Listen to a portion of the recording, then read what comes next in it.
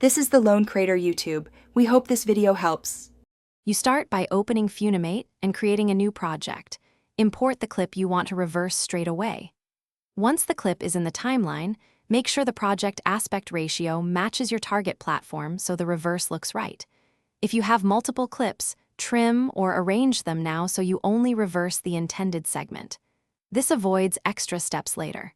By preparing the clip and timeline first, you speed up the editing flow and prevent re-exporting mismatched sizes. Once done isolating the segment, tap the clip to open its tools and choose the effect list. You want to either split to a precise start/end or duplicate the original before applying reverse so you keep a forward copy. Then locate the reverse option inside Effects or under Clip Tools. Some versions label it Reverse Playback.